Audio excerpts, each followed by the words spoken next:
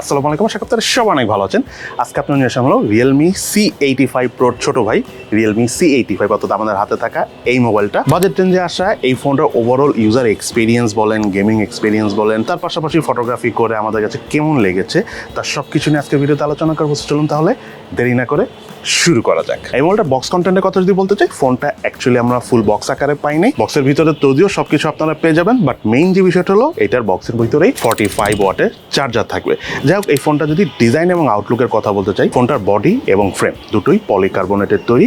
তার পাশাপাশি আমার হাতে থাকা এই মোবাইলটাতে IP68 এবং 69 এর ওয়াটার এবং ডাস্ট রেজিস্ট্যান্স সার্টিফিকেশন রয়েছে, অর্থাৎ পানিতে যদি আপনারা ফেলে দেন বা ডুবেও যায় কোনো ধরনের কোনো সমস্যা নেই, তবে পড়ার সাথে সাথে তুলে ফেলবেন, তাহলে কিন্তু আর কিছু হবে না। সেই সাথে মোবাইলটার থিকনেস হলো 8.4 মিলিমিটার এবং ওয়েট হলো 215 গ্রাম। এবং ইন হ্যান্ড ফিলের কথা বলতে গেলে ফোনটা স্লাইটলি একটু চওড়া, বাট মোটামুটি আমাদের হাত যেহেতু একটু বড় সাইজের, সো কমফোর্টেবল ভাবে গ্রিপ করে আমি ইউজ করতে পেরেছি। যাদের হাত একটু ছোট তাদের হতে পারে যে 2 হাত দিয়ে ইউজ করতে হবে। তার পাশাপাশি ফোনটা যদি আমি বাটন এবং পোর্টসের কথা বলতে চাই, রাইট সাইডে রয়েছিল ভলিউম রকার এবং পাওয়ার বাটন, এবং এই পাওয়ার বাটনটাই সাইড মাউন্টেড ফিঙ্গারপ্রিন্ট স্ক্যানার হিসেবে কাজ করে এবং ফিঙ্গারপ্রিন্ট স্ক্যানারটি যথেষ্ট ফাস্ট এবং স্মুথ কাজ করে। তার পাশাপাশি মোবাইলের লেফট সাইডে কিছু নেই, মোবাইলের উপর অংশ কিছু নেই। মোবাইলটার নিচের অংশ রয়েছিল main speaker, primary mic, USB type C charging port এবং সিম কার্ড ট্রে। তাই মোবাইলটার ব্যাক প্যানেলে RGB নোটিফিকেশন লাইট রয়েছে এবং তার পাশাপাশি এই মোবাইলটাতে military grade 810H category protection রয়েছে, অর্থাৎ ফোনটা যদি হাত থেকে পড়ে টরেও যায় নর্মালি কিছু হওয়ার চান্স নেই। তবে আপনাদেরকে বলবো, ফোনের ডিসপ্লেতে কিন্তু কোনো ধরনের কোনো গরিলা গ্লাস বা প্রোটেকশন নেই, সো যদি ডিরেক্ট পড়ে তাহলে কিন্তু ভেঙে যেতে পারে। সো এই বিষয়টা আপনার অবশ্যই কেয়ারফুল থাকতে হবে। এই মোবাইলের ডিসপ্লে পিক ব্রাইটনেস হলো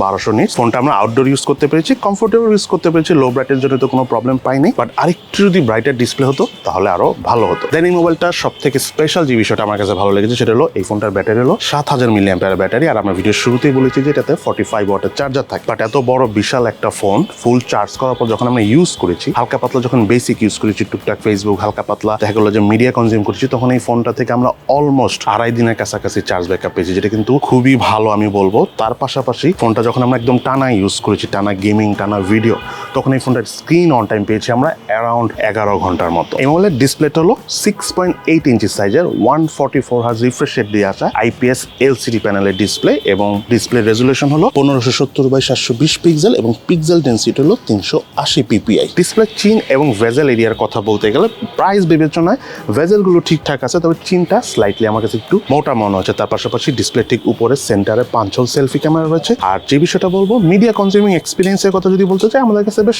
ভালো লেগেছে, তবে আরেকটু ব্রাইটার ডিসপ্লে হলে আরো বেশি ভালো লাগতো। আর নর্মালি যখন আমরা মুভি টুভি দেখেছি, চার্জ ব্যাকআপ যেহেতু অনেক ভালো পেয়েছি, তার পাশাপাশি এটা সাউন্ড কোয়ালিটি অনেক ভালো, 400% পর্যন্ত সাউন্ড ইনক্রিজ করা যায়, মানে boosted sound performance. So overall media consume করে এই ডিসপ্লে অনুযায়ী আমাদের কাছে ঠিকঠাক লেগেছে এই বাজেট রেঞ্জের এই ফোন হিসাবে। তার পাশাপাশি মোবাইলটাতে রয়েছিল ওয়াইড ফাইন L3 এর সাপোর্ট, যদি L1 এর সাপোর্ট থাকতো তাহলে আরো বেশি ভালো হতো। এই মোবাইলটা রিয়ার প্যানেল রয়েছিল 50 মেগাপিক্সেলের ক্যামেরা, এবং ক্যামেরা দিয়ে তোলা যদি ছবি পারফরমেন্সের কথা বলতে চাই, ছবির ডিটেলস মোটামুটি বেশ ভালোই ধরে রাখতে পারছিল। পোর্ট্রেট মোডে যখন আমরা ছবি তুলেছি সেই সময় দেখা গিয়েছে যে ওভারঅল ডাইনামিক রেঞ্জ অনেক ভালো পেয়েছি। তার পাশাপাশি এজ ডিটেকশনও মোটামুটি ঠিকঠাক আছে এই বাজেট রেঞ্জের ফোন হিসাবে। তবে হ্যাঁ, কালার অ্যাকুরেসির একটু ঘাটতি আছে, আর একটু যদি ডিটেলস পেতাম, আর একটু যদি ডেপথ আসতো তাহলে হয়তো আমাদের কাছে আরেকটু বেশি ভালো লাগতো। তার পাশাপাশি মোবাইলটাতে হাই 1080p 30 fps এ ভিডিও শুট করা যায়। ভিডিও এক্সপিরিয়েন্সের কথা যদি বলতে চাই, যেহেতু এই বাজেট রেঞ্জের ফোন আর এই বাজেট রেঞ্জের ফোনে কোনো জাইরো ইএস বা স্টেবিলাইজেশন থাকে না, সো আমরা ওভারঅল ভিডিও থেকে একটু শেকি ফিলের দেখা পেয়েছি। তাই এই মোবাইলটা ফ্রন্ট প্যানেলে রয়েছিল 8 মেগাপিক্সেলের সেলফি ক্যামেরা, এবং সেলফি ক্যামেরার কথা যদি বলতে চাই, ছবির ডিটেলস আমরা পোর্ট্রেট মোডে বেশি ভালো পেয়েছি। নর্মালি যখন আবার ছবি তুলতে গিয়েছি দেখা গেল যে ভালো লাইট কন্ডিশনে তখন মোটামুটি ডিটেলস ধরে রাখতে পারছিল।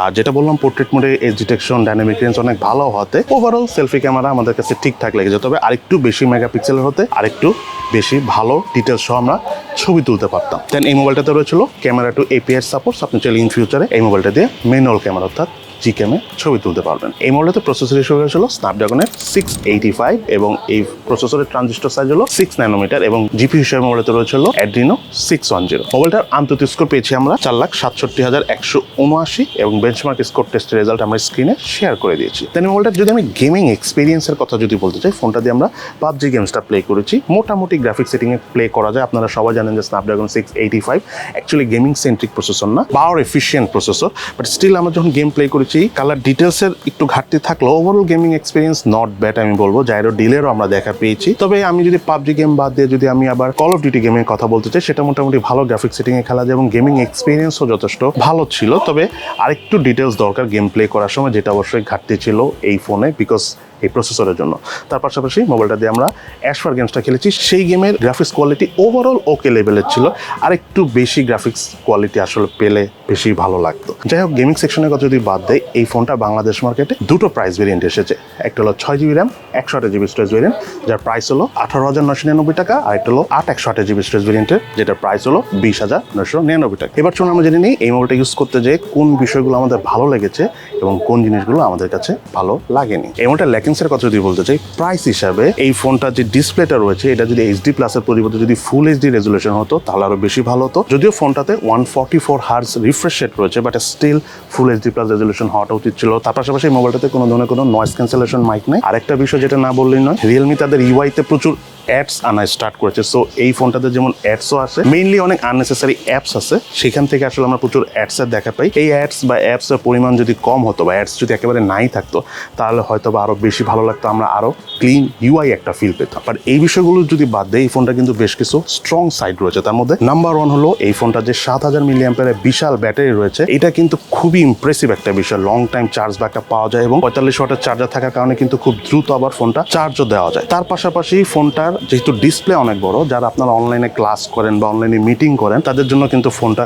খুবই ইমপ্রেসিভ লং টাইম ইউজ করার জন্য। আর সত্যি কথা বলতে, অনেকে আছে যারা আমরা ফোনে খুব কথা বলি, তাদের চার্জ ব্যাকআপের অনেক প্রয়োজন। দেখা গেল একটা ফোন নিলাম, হয়তো বা যদি আউটডোরে কোথাও ঘুরতে চাই 2-3 দিন চার্জ থাকা প্রয়োজন, তাদের জন্য আমি মনে করি যে 7000 মিলিঅ্যাম্পিয়ারের ফোন হিসেবে এটা যথেষ্ট ইমপ্রেসিভ একটা ডিল। সেই সাথে ফোনটার গেমিং এক্সপিরিয়েন্স আমি অনেক আপ টু দ্য মার্ক বলবো না, বাট যারা আপনারা হালকা পাতলা গেমিং করেন, টুকটাক পাবজি গেম খেলেন বা দেখা গেল অ্যাশফার টাইপ গেম খেলেন, তাদের কাছে কিন্তু এই ফোনটা দিয়ে আবার গেমিং করে অনেক ভালো লাগবে। আর সর্বশেষ একটা কথা বলবো, ফোনটাতে IP68 69 এর রেটিং রয়েছে। সো পানিতে পড়ে টরে গেলেও কোনো ধরনের কোনো প্রবলেম হবে না। সো লং টাইম ইউজ করার ক্ষেত্রে এই বিষয়গুলো কিন্তু খুবই ইম্পর্টেন্ট। সো এইটাও একটা বিশেষ ডিল আমি বলবো, IP রেটিং থাকাটা এই প্রাইস রেঞ্জের এই ফোনে। সো ওভারঅল এই হলো আমাদের Realme C85 এই ফোনটার ওভারঅল একটা রিভিউ। আপনাদের কাছে এই ফোনটি কেমন লেগেছে সেটা কিন্তু অবশ্যই ভিডিওর নিচে কমেন্টস করে জানাবেন। সবাই ভালো থাকেন, সুস্থ থাকেন, ইনশাআল্লাহ দেখা হবে ফিউচারে।